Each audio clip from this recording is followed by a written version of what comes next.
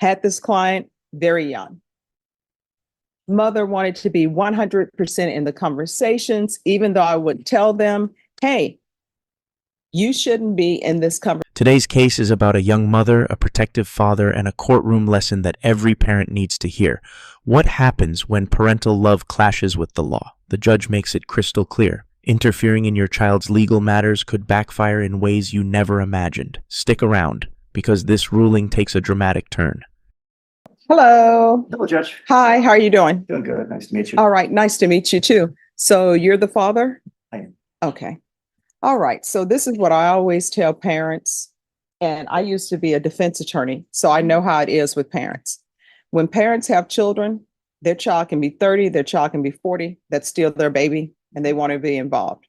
And it's especially true when you have a child who is young, 17, 18.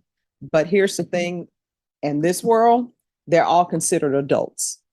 Okay. And when they have an attorney or something, the relationship is between them and their attorney. I used to have to tell parents all the time because sometimes the parents would hire me. And I used to have to sit down with parents and say, hey, you've hired me, you're paying me, but that's the end of our relationship. You can't be a part of discussions I have with my client because guess what? If you're part, I would tell them, if you're a part of discussions I have with my client, then there's no attorney-client privilege. And you know what ends up happening with that? When there's no attorney-client privilege, guess what?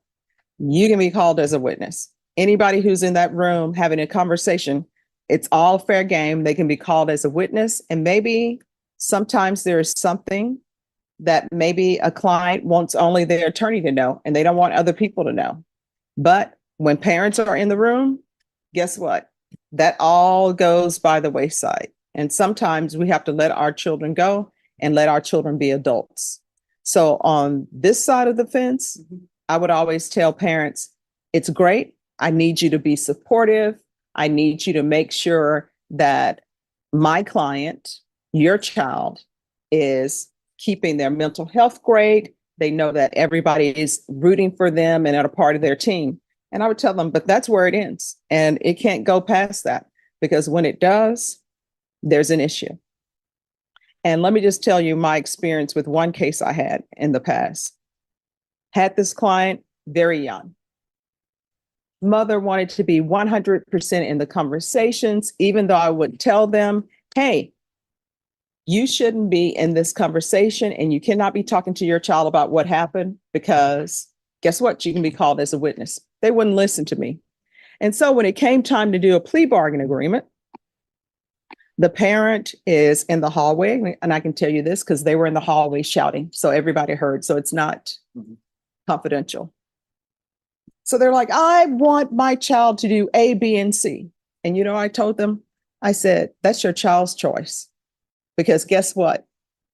If your child chooses A, B, or C, and if something ends up happening and they end up going to prison, the judge is not going to say, you know what, your child only chose A, B, and C because of you, so we're going to let you suffer the consequences. You understand? I do. And for some reason, with attorneys, people assume that being an attorney is easy and being a doctor is so much differently. Because if you go to see a doctor and you get a second opinion and a doctor tells you, oh yeah, your child needs a heart transplant, or oh yeah, we need to take the appendix out. A parent doesn't go to that doctor and say, well, I want to look at everything and let me just tell you how I think this appendix should be taken out. The person depends on the doctor, that the doctor knows what they're doing. And that's the same case. That's the same situation with these cases. And everybody needs to understand that. Cannot be crossing lines. Does everybody understand? Understand? I understand. All right. So that's the way it's going to be. So this is what's going to end up happening. We are going to come back and we're going to come back on June 27th. Counsel, is that enough time? Yeah. Yes, Your Honor. All right. So we're coming back on June 27th. And let me just tell you the way this court is run. Well, you say 27th or 22nd? 27th. I'm double booked. I've got a hearing on the 27th. Okay. But All right. We can bring it back on the 24th. yes, thank you. All right. So we're going to come back on June 24th. This is the way things run in this court. I make sure that everybody has the discovery. So When the defense counsel and everybody tells me I've received all the discovery, next thing I do, I require the state to tender an offer to the defense. And the defense has an ethical and legal obligation to tender that offer to their client and tell their client what the consequences are of the offer. Then I give everybody a plea deadline date because I want people to think about whether they want to accept the plea or not accept the plea. If they decide not to accept the plea, when I give them the plea deadline date, then that plea deadline date has expired and the next setting is going to be a jury trial. And if somebody after that plea deadline date has expired decide, oh gosh, I don't want to go to trial. Quiet, please. The only way I'll accept a plea is for good cause. Otherwise, they'll have to plea open to the court. All right, everybody understand? Any questions, Dad? I do have one Sure. question, Judge. Yes. When your child has a serious, persistent mental illness and a developmental disorder, and that is recognized and should be recognized early on in the Article 1622 of the Code of Criminal Procedure. And there's been multiple suicide attempts. All right, let me stop you right there. So here's the thing. With regards to that, that is something for her attorney to address. What you should do as a parent is turn information over to the defense attorney if you think it's something that she needs to know or is something that her client wants her to know. You understand? So here's the thing, you got to cut the string. And when I say cut the string in the court, I mean court the court as in your daughter and her attorney need to be able to have conversations in private. Now, if her attorney wants information from you, then the attorney will ask you, say, hey, I need some information from you. These are records. Maybe I need these records. I'm trying to get these records. Do you have these records? This is something that I want to view. That's completely up to the attorney. But what you're telling me right now and quoting code sections to me, guess what that tells me? You're trying to be an attorney and you're not an attorney. Did you go to law school? I didn't go to law school. So there's the thing. People think that they can read penal codes. They can read the Code of Criminal Procedure and that's it. And not to step on anybody's toes, but for criminal law, when you're practicing criminal law, you know what your Bible is? Your Bible for your profession is this book. And you see how thick this book is?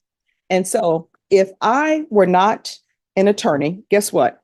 I would see one section and I'm like, oh, that section says that. D is for done. But that's not the way it works. This entire code, guess what? You may read something in this section and still you have to go to this section because it all relates to it. It's similar to the Bible. And let me bring the Bible up for you. Some people will just read one section of the Bible and guess what? When you read that one section, that same person who is listed in that one section, there's somebody else in a different book that has something about that person in the other section. So when you just come away with one part of that section, you think, oh, I'm done, and you're not. And that's why you have to study this forward and backwards. And how many years have you been an attorney? Over 20, and I'm board certified in criminal law. All right, over 20, board certified in criminal law. So when people are throwing code sections out to her, let me just tell you, I know her. Every attorney in here knows her. And all attorneys know each other because when you've been in Bexar County practicing for over 20 years, people know you, people know your work. What I can tell you is she would not be board certified in criminal law if she didn't know this book and know the updated part of the book. And what do you do for a living? I have been the president of an international Fortune 400 company in Okay. Mexico City. So let me ask you this. Yes. How would you feel is If you are doing that job, and how many years have you done that? 20. You've done that for 20 years. And I This is where the tension really comes alive. The judge lays down one of the most crucial legal principles, attorney-client privilege. Once a parent inserts themselves into private legal conversations, the shield of confidentiality shatters. Imagine being called as a witness against your own child, simply because you overheard a discussion.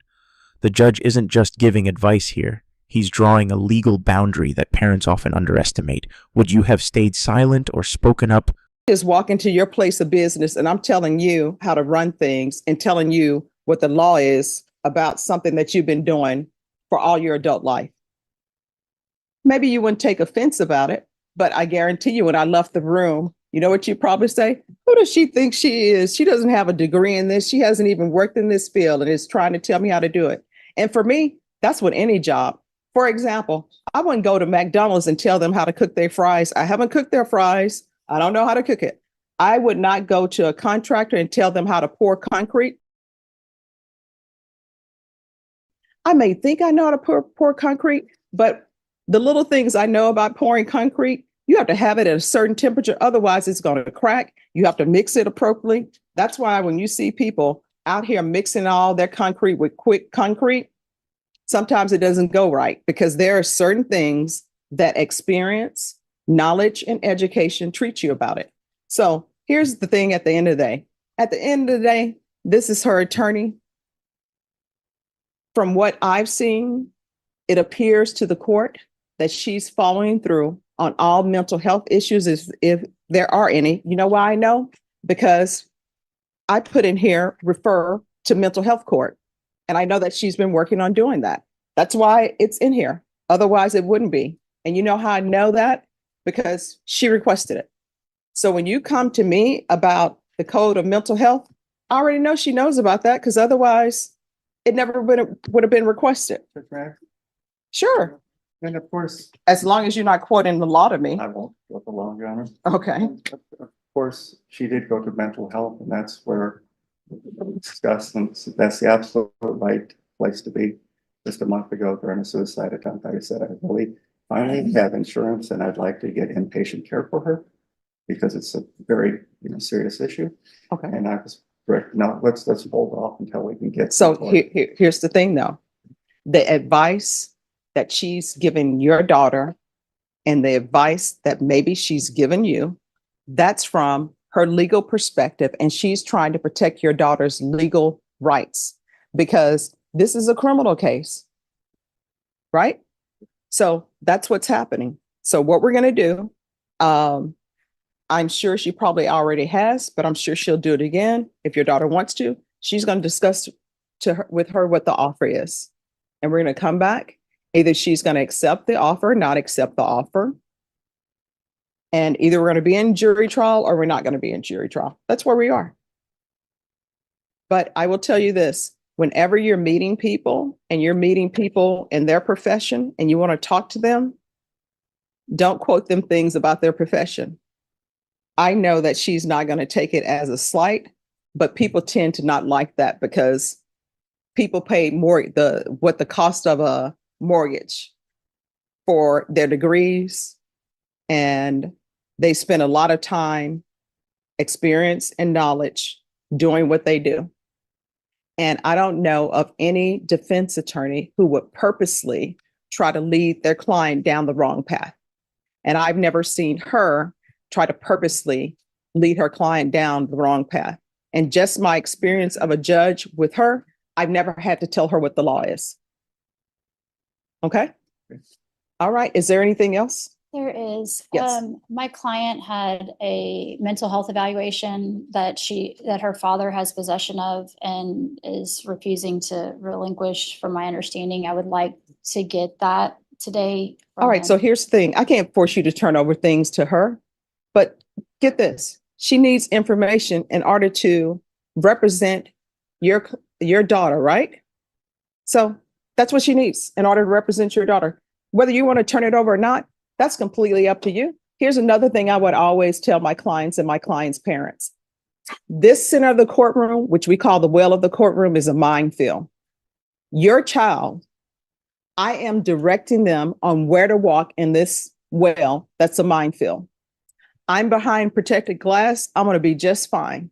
But when I'm telling them to turn right, it's based upon all the information that you've given me or withheld from me. And when I tell them to turn right, I would always tell them they have no choice. They're going to go right. Now, when they turn right because of some information you haven't given me, and I'm going by the information that I have, is there going to be an explosion?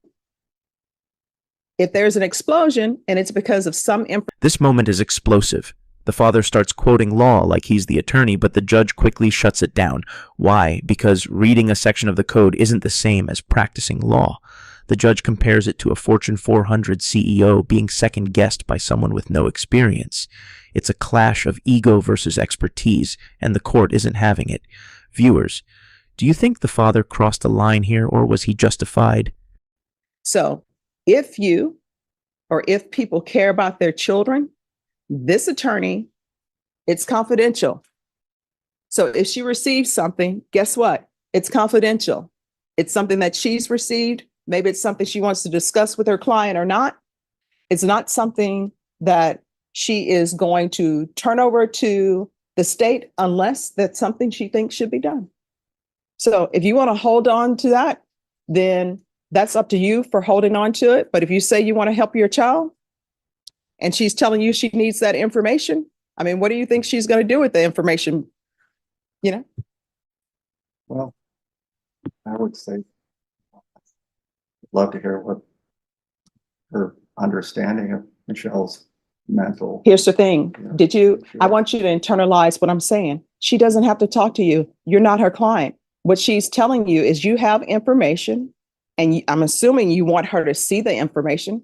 So either you want her to see it and study it and give it to her, or you don't. If you don't, that's fine. I can't legally force you to turn that over to her. But what I'm telling you is, if this is a child and you say you love your child, which I'm assuming you do, I've just told you the information you turn over to her is information you've given to her.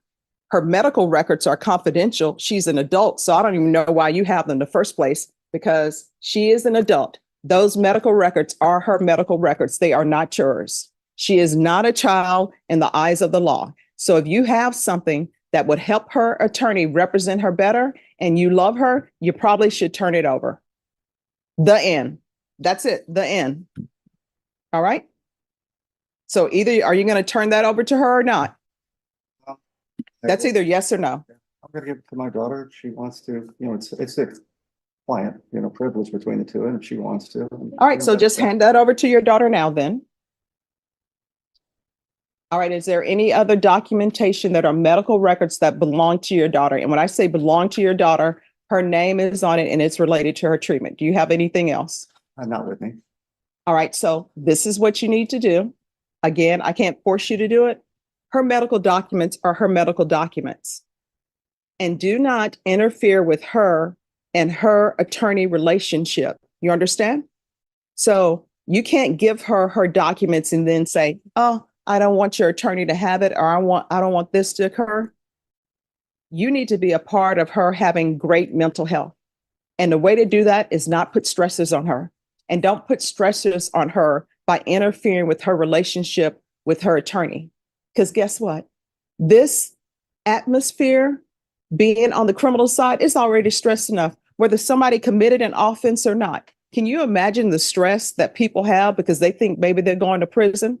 People in the box, guess what? They're over there. They're brought over from the Bexar County Jail, not on bond, can't make bond or something else. Even though you may say, oh, my daughter's not like those people, or my daughter doesn't have criminal history. Guess what? Even if there's somebody over in that box who's been to prison before, guess what? Their heart is still beating fast because they don't know if they're going to go back to prison or not. So this is a stressful situation for her. Don't make it any more stressful. You understand? All right. Thank you very much. Thank you, Your Honor. This courtroom showdown highlights a universal truth. Love can't replace legal strategy.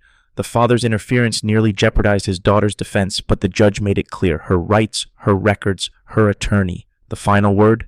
Support your child, but never sabotage their case. If you found this case as shocking as we did, make sure to hit that like button, share your thoughts in the comments, and don't forget to subscribe for more jaw-dropping courtroom breakdowns